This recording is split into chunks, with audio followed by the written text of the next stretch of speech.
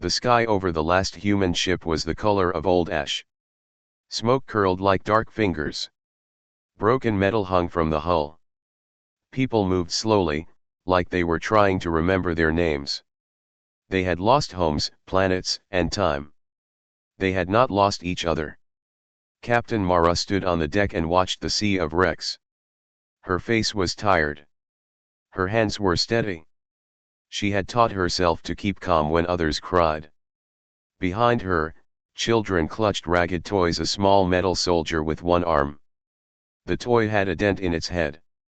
Eli, the fleet's engineer, had fixed the soldier's lost arm with a bit of wire. The toy did not talk. It did not need to. The children stared at it as if it were a promise. The fleet drifted like sleeping animals.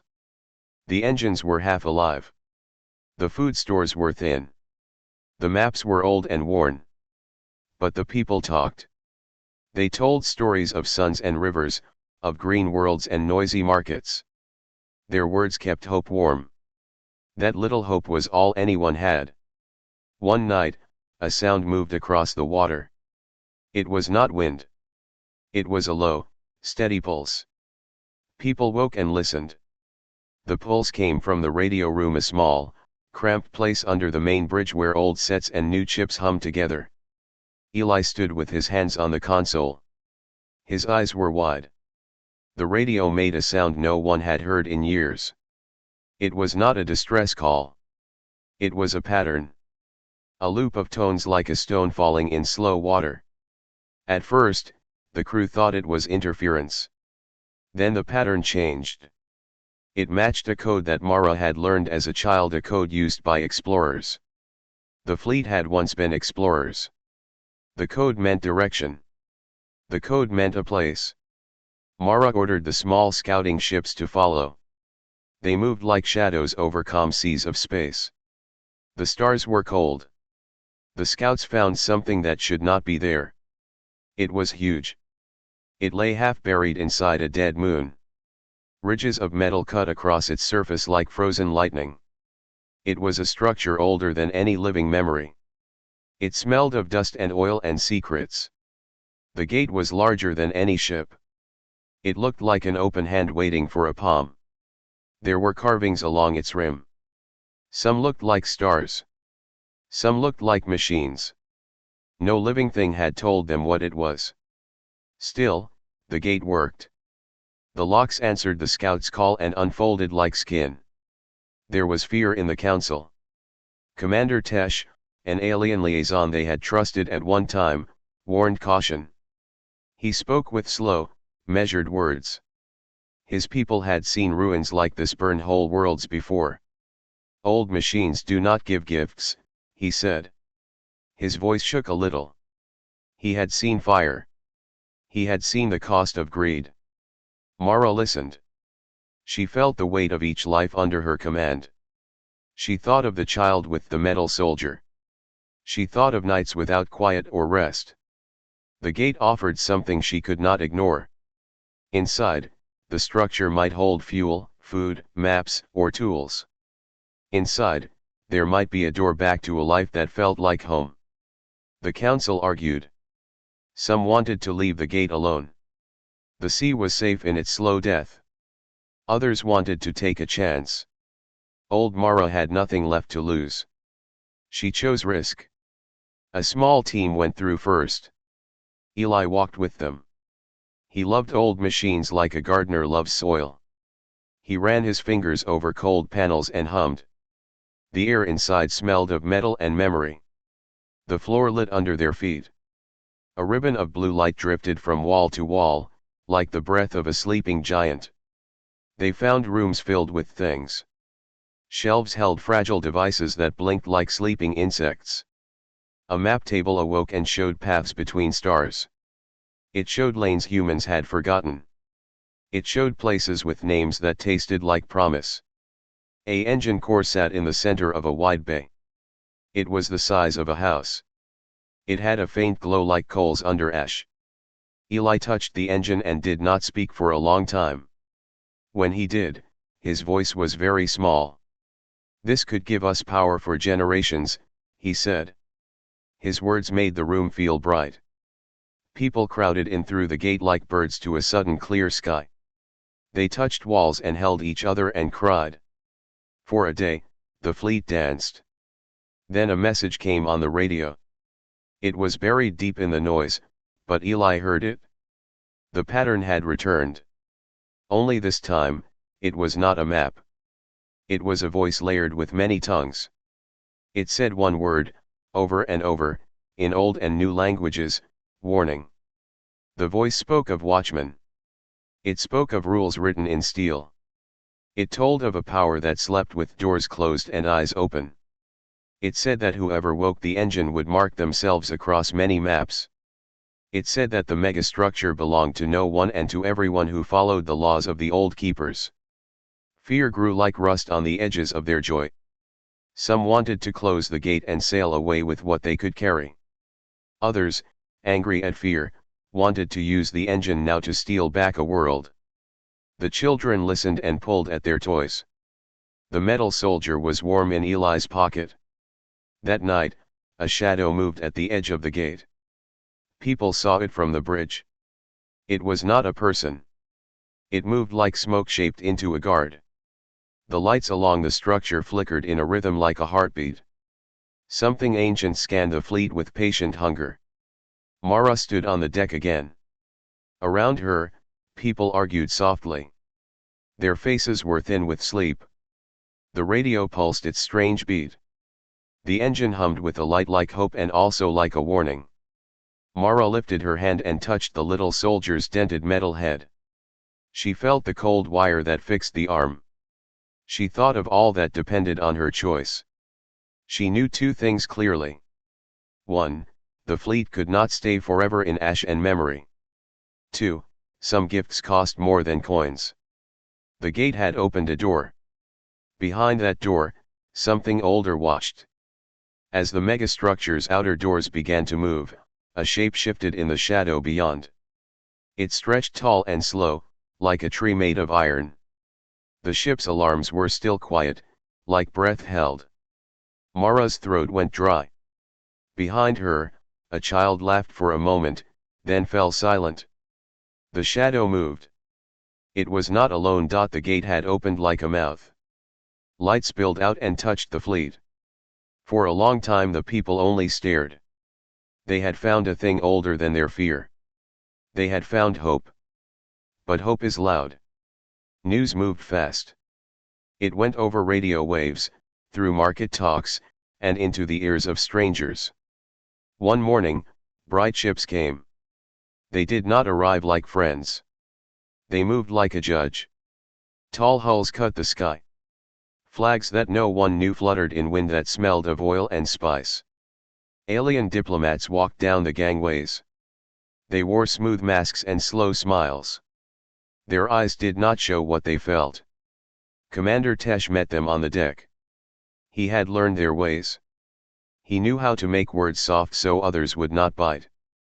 The lead envoy bowed in a way that looked polite and then cold. "We saw your signal," the envoy said in a voice like glass. "You hold something of interest. We offer help." Help sounded good. Food. Repairs. Protection.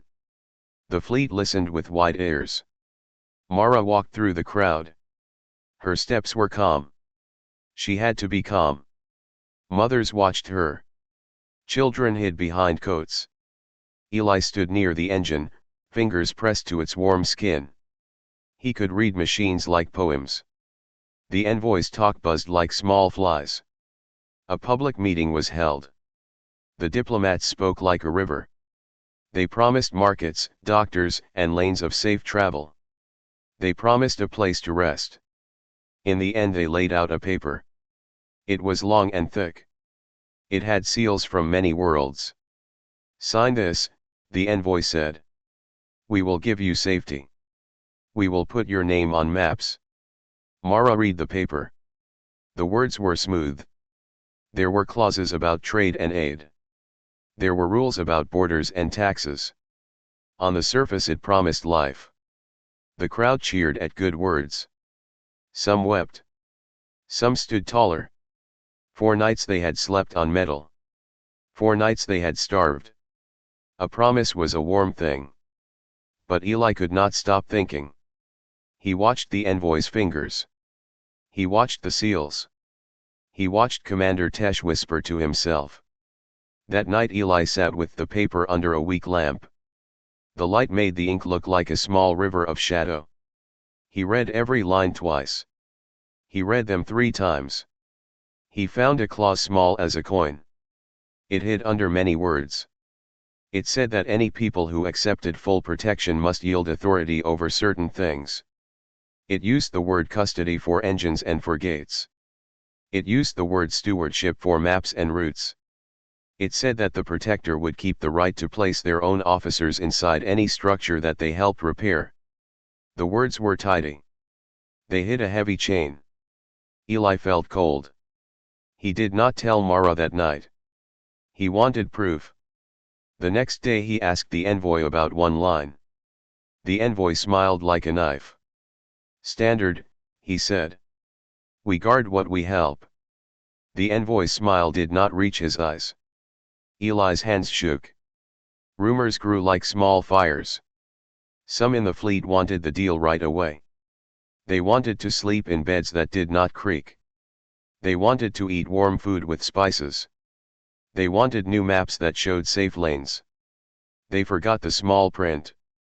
Others remembered mothers who had died when doors opened for soldiers.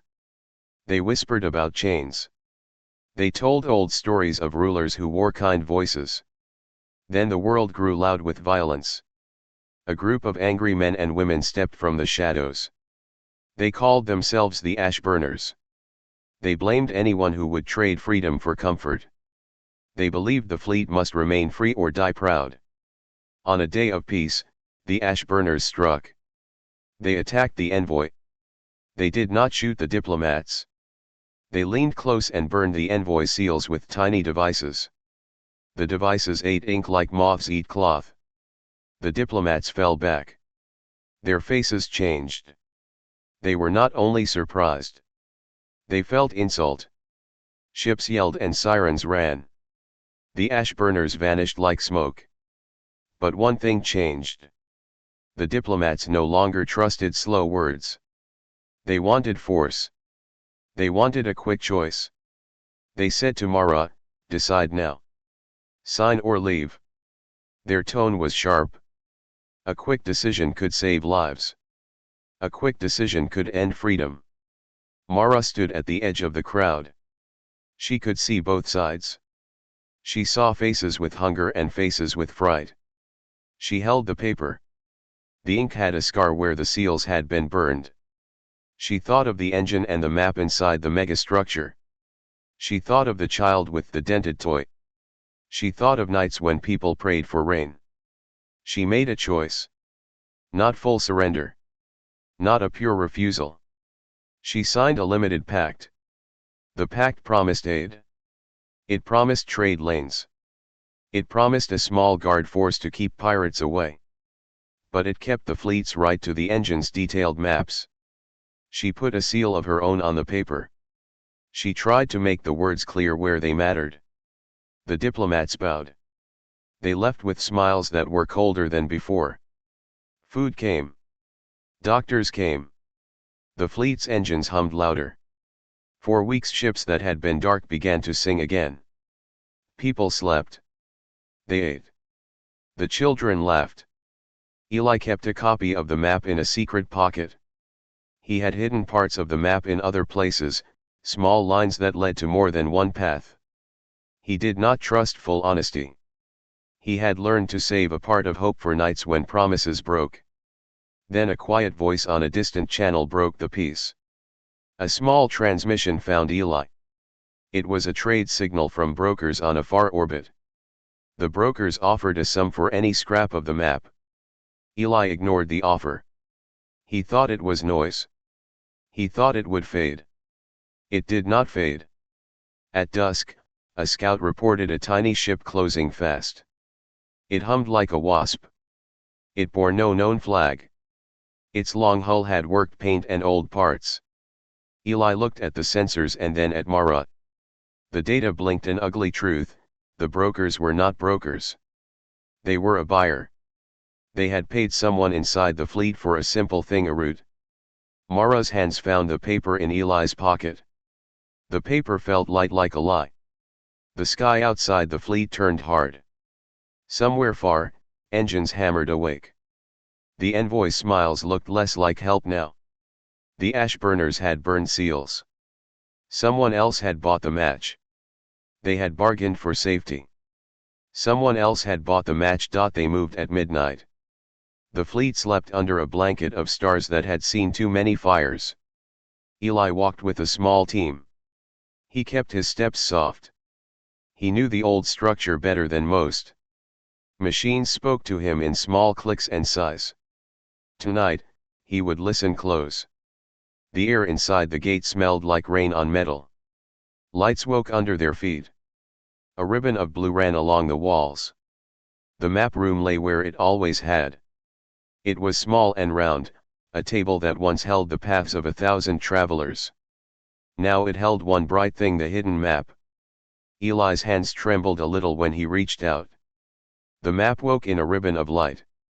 Lines moved like rivers. Little stars marked old outposts. Names flickered in languages half remembered. He felt something like heat behind his ribs. This map was more than lines. It was a key. They did not have time to be gentle.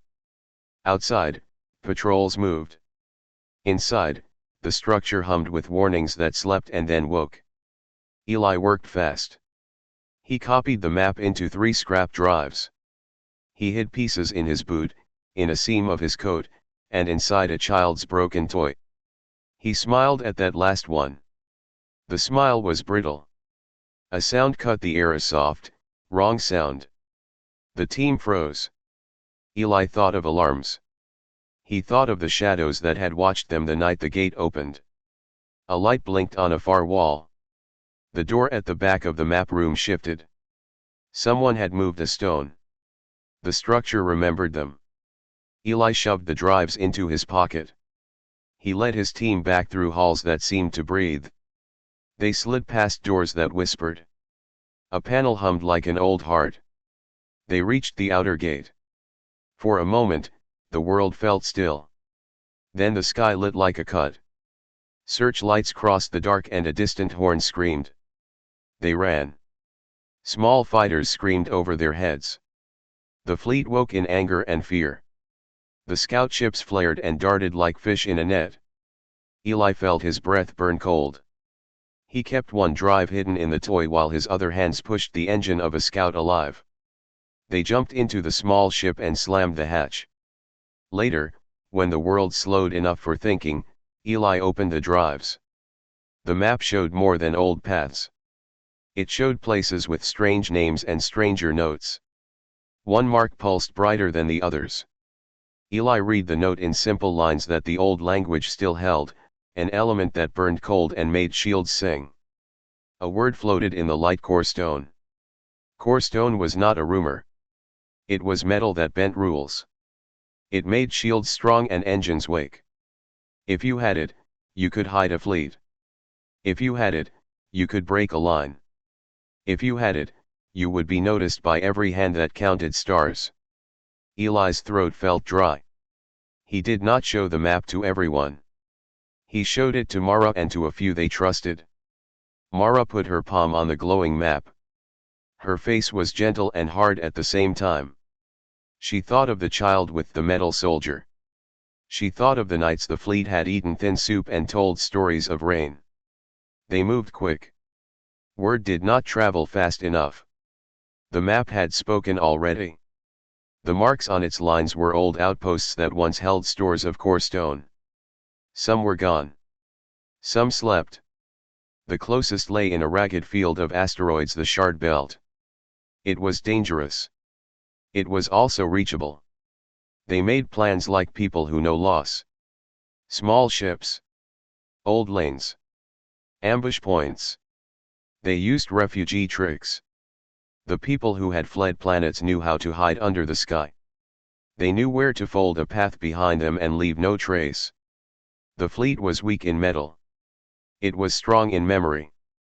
A minor race answered the quiet plea. They called themselves the Vok. They were small in number. Their worlds had been taken by the same power that now circled the stars with eyes. The Vok knew the shard belt. They knew how the rock moved. They sent a captain named Naili. Her ship was low and fast. Her people wanted no crowns. They wanted a future without chains. Allies were shy to trust. The Vok traded maps and pilots for shelter and stories. They gave the humans a small fleet of scouts. Together, they planned to take a shard from the shard belt and bring it home. Still, doubt lived among them. Some whispered that using core stone would make them like rulers they hated. Would they become what they fought? Eli listened to that whisper and felt its teeth. He had not been a leader. He had been a gardener of machines. Now he held a map that could sprout war. They trained for quiet strikes. They practiced sudden moves that left no trail. Mara taught them patience and boldness in the same breath. The Vok taught tide turns and how to read asteroid shadows like pages. Children watched the lessons with wide eyes. The fleet learned to move as one small animal. But one night, when the sea of stars felt empty and safe, a man came to Eli with a small, polite smile. His name was Jor. He had been in the council. He had a voice people trusted. He spoke about fear and the cost of secrets. He asked for a small trade food for the maps. He said the fleet needed supplies. He sounded like a friend. Eli felt a heavy sound in his chest when he saw Jor later that night. Jor's hands were too empty. He was not poor with food. He was poor with sleep. He had debts. He had a brother who had wanted to leave the fleet and never returned. Jor had sold a bit of hope for a promise of a safe berth. Jor's signal went out on a narrow channel. It carried one small thing, a set of coordinates. They were the route Eli had hidden in the toy. The coordinates jumped like a fish along trade lines and into waiting hands. Eli did not hear the transmission until it was too late. He felt a hand of cold on the back of his neck. Outside, a small ship blinked on the horizon. It carried a flag none had seen and a hunger everyone feared. Sensors picked up a fleet closing from the dark. The Vox ships moved into position. Mara's face turned hard. Eli held the toy and the small drive. The toy's metal soldier looked the same, with one dent and one arm wired back. Eli wanted to believe a man could change his mind. He wanted to believe they could win a small fight for a shard and keep their souls. The sensors screamed again. A red blink lit the bridge. The stolen coordinates had found a buyer. In the deep hum of the ship, the map's light pulsed like a heart under threat. Some secrets make enemies fast. Some maps are loud in the dark. The map in Eli's hand shivered. The fleet did not sleep. They readied for a race that had already begun. Alarms screamed like birds. Red lights cut the dark. The fleet woke in a single, frightened breath. Mara's ship shuddered as bolts struck the hull. Small fighters danced like angry hornets. The sky above the fleet turned into a field of burning stars. A pilot named Rin flew low and fast. Her craft was small and old, patched with hope and spare parts. She saw civilians trapped on a merchant barge below. The barge burned slow like a funeral pyre. Rin did not think. She dove between fire and metal. Her hands moved quick. She pulled the barge free and guided it through a safe lane. People on the deck cheered and cried. Rin's ship took a hit and glowed like a coal. She saved lives and paid with a scar on her engine. In the wreckage, something did not burn. A small shard sat in the broken hull of a supply ship. It was black, but it held a cold light inside. It did not warm the air. It made a thin sound, like a note held under water. Someone picked it up with careful fingers. The shard was core stone. They brought the shard to a quiet bay. Eli stood close, eyes wide. He had touched engines that hummed like old men, but this rock was different. It seemed to breathe. He set it under a glass and watched. The shard's glow made shadows sharp and faces bright. The engineers worked. They did not have time to argue long. They cut metal and soldered like people who know how to stitch a wound. In a week they made a small device. It was not much. It was a shield the size of a cargo hold, but it held. The shield bent lasers and swallowed shrapnel. It hummed like a small planet. Word spread fast. Stories of the shield moved faster than ships. People told the tale of Rin and the shard. Other worlds listened. The fleet became more than a drift of hungry souls. They became a name on lips. Small groups began to arrive. Fighters and refugees from little, crushed worlds came with knives and stories. They wanted a place to stand. They wanted a reason. The fleet taught them to move like ghosts. They showed them how to break a path across a sky crowded by eyes. They taught them how a child's patience can beat a warship's greed. They trained hard. Nalai and the Vok taught close turns and silent drops. Mara taught steadiness and mercy. Eli taught how to hide heat and make old engines sing. The Ashburners learned to aim for signals, not people. The fleet learned not to become monsters like those who had hunted them. News reached the strong empires. They did not like the name they heard. A white flag fell and was burned in secret council halls. The empire did not send letters. It sent steel. A flagship rose from a dark system. It was larger than many moons. It carried guns that could melt planets and eyes that scanned like knives. Mara knew a direct fight would be death. She had seen too many bodies in too many cold places. She planned something else. The Empire fed its ships along long, slow lines. Supply stations floated like fat fish. They moved resources and men in steady, trusted arcs. Mara chose to strike where the Empire felt safe. They used refugee lanes. They used routes only people who had lost homes would know. Mara sent small teams in the night. They sank tugs, burned fuel depots, and stole ration crates. They did not seek glory. They wanted to make the Empire hungry and slow. They wanted to show the galaxy a new kind of warfare, quiet, clever, human. The first night of the strike was a sheet of smoke and silence. Small boats glided to supply points. Fighters like Rin darted and drew fire.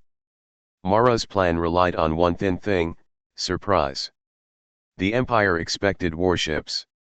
They did not expect thieves and tricks. The supply line broke in 3 places. The flagship's engines coughed. The victory tasted like metal and rain. People sang in low voices. They cried because many had not lived to sing. The flagship limped back to its docks with holes mended and pride hurt. For a moment, the fleet felt large and very, very brave. That moment did not last. Deep in the megastructure, an old system stirred. The engine core had felt hands and warmth. It had been admired, poked, and prodded. The Choristone's touch had been a key. The structure hummed a note that no living thing had heard in ages. It answered a code only old machines used. Outside, the nights grew thin and the stars seemed closer. Then the sky changed. Pings ran along channels like rain on a window. Sensors picked up something vast waking. The megastructure's ancient net stretched across lanes. Little beacons lit up along distant rims. A long, low sound moved across space, and every ship that listened felt it press against their hull like a foreign hand. Commander Tesh watched with wide eyes. He had known old wars. He had known what sleeping things do when poked. He said a word that made Mara's heart drop. Watchers. Those were not small defense turrets. They were a network older than empires. They were built to lock stars and punish worlds. The megastructure had not been a safe storehouse. It had been a sentinel. By waking its core, the fleet had rung an alarm. Across 3 systems, moons woke. Cold lenses turned. Long arms of metal unfolded in silence. The network searched and it found the shard's light like a bleeding star. It marked the fleet on old charts. It sent a slow, clear demand into the dark: the engines must bow to the old law. Whoever held the core stone must surrender or be burned. Mara stood on the bridge as messages fed color into the dark. Below her, people slept and dreamed of rain. Above, the stars themselves seemed to tilt. The strike had worked. The flagship had been hurt. But a deeper thing had woken that sent a name through the net, a name that was human and loud. Eli's hands closed around the small glass that held the shielded shard. He felt its cold through the glass. The map had promised power. Now it promised a war the fleet had not planned. The sky grew heavy. The network had answered. The stars moved as if listening. Dawn came slow on a world the fleet had named New Harbor. Light touched roofs made from old ship plates and tents sewn with saved cloth. Children ran between new gardens. They chased a small metal soldier on a string. The soldier had one dent and one wired arm. It rolled and fell and was picked up by laughing hands. Mara stood on a low hill and watched. The wind smelled of soil and oil. Her face was quieter now. The fleet had shelters. It had farms. It had a small school where a woman taught children to read old star names. People planted crops in the shadow of engines that no longer burned. For many, this was the first time to sleep without alarms. But peace was thin as paper. Far above, the old Watcher network still searched the sky. It sent long rules like cold letters. The ancient law wanted the core stone and the engine under old rules. It demanded names and custody. It wanted order measured in iron. Mara did not want iron order. She wanted a place where people could cook and sing and wake without fear. She wanted rules that kept farms, not rules that took farms. She knew power could make mercy small if they were not careful. They tried diplomacy first. Eli and Commander Tesh rode in a quiet ship to meet a council of small worlds. The council sat like a ring of old trees. Some members were smooth and tall. Some were small with quick hands. Their faces told long histories. Mara asked for a seat and spoke in simple, steady words. "We did not wake the net for conquest," she said. "We woke it because we were desperate. We will not be rulers by fear. We will rule by law and help." Her voice did not shake. It was full of the nights she had held others warm. Some leaders listened and nodded. Others showed no face at all. A few whispered back about safety and old pacts. They feared a people who had been refugees and now had shields and clever tricks. Power makes other people watch with hands on buttons. The council asked for proof. Proof that humans would not use the core stone to break others. Proof that the megastructure would not become a prison. Proof that the fleet would keep faith. Mara could not give easy proof. She could only give action. She proposed a plan that sounded strange to proud ears. Instead of hiding the engine or chain it to one flag, she would change it. They would rework the megastructure so it could not bind whole worlds again. They would turn its locks into doors that only guard, not jail. They would build a net that watched for harm and cut weapons, but left trade and travel free. The plan was dangerous. It required people inside the structure. It required trust from those who feared betrayal. It required a strike at the heart of something old. Eli worried that breaking chains could break them too. Tesh warned of watchers that could not be talked down. Nalai said it might anger the old keepers. Still, the council had a weak hope in Mara because she had not taken crowns. She had shared food. She had taught the Vok how to run lanes. She had not forced laws on others. Old leaders preferred a plan that asked for proof over a plan that demanded surrender. Preparation began. Engineers and pilots trained as if every day was the last. The Vok flew silent runs that bent light. Rin and her squad practiced precise strikes no larger than a heartbeat. The Ashburners, who had once burned seals, now taught sabotage that took only things made for war. The fleet moved like a thin animal getting ready to leap. On the day of the strike, the sky was a clear blue. Children ran in alleys and did not know that ships climbed into the dark like quiet birds. Mara stood with Eli at a window. The little metal soldier lay on a shelf between them. Eli had wired a small chip into its hollow head. It was a joke and a promise. They entered the megastructure during a calm that smelled of dust. Old doors opened under hands that were careful and steady. The team split where the map said split. They moved with the quiet skill of people who have nothing to waste. Deep inside, the old network tested them. It sent puzzles of light and pressure. It pushed back with metal arms and voices that sounded like libraries. The team answered with patience and care. Where machines demanded law, they offered choice. Where machines expected a key, they gave a new code, one they had taught the network to read as a guardian, not as a jailer. It did not go without cost. A support arm collapsed and took a pilot's life. A corridor filled with smoke and the group lost hours. But in the end, hands that had once been refugees resoldered ancient circuits. They rewrote rules in a language that the keepers could understand. They bound the net to a new oath: protect life, not rule it. When the change finished, the megastructure sighed. Its long eyes dimmed. The network withdrew teeth it had shown like a warning. The old charts no longer marked people as property. The code hummed: guard, not bind. News moved in a bright pulse. The council listened to the proof Mara had promised. Some leaders stood slow and surprised. They had expected a trick. They found a new system that could stop a ship from burning a farm but could not take a name from a home. A seat was offered to the fleet at a small table. It was not the whole council. It was a start. The galaxy watched like a city leaning from windows. Some applauded. Some plotted. Human lights moved across maps folded long ago. The Vox celebrated without crowns. The ash burners became lawkeepers on small docks. Ren fixed her engine and smiled at a child who held the metal soldier. Mara walked through the markets of New Harbor and touched a hand that smelled of bread.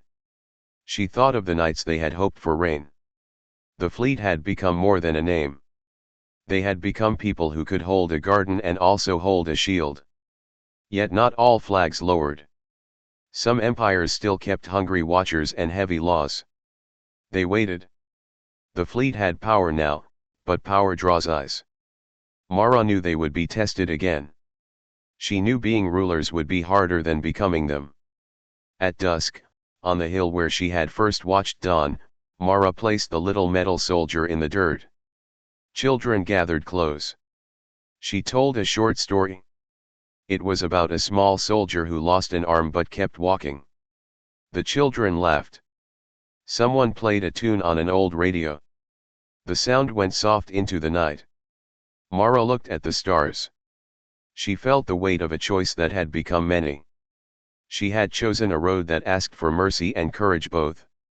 The megastructure had been changed by hands that knew hunger. The net would guard against what had once hunted them. The galaxy would remember their rise.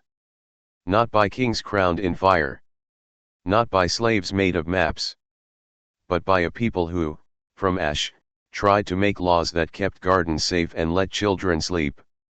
From ash and silence, they built a rule the galaxy would not forget.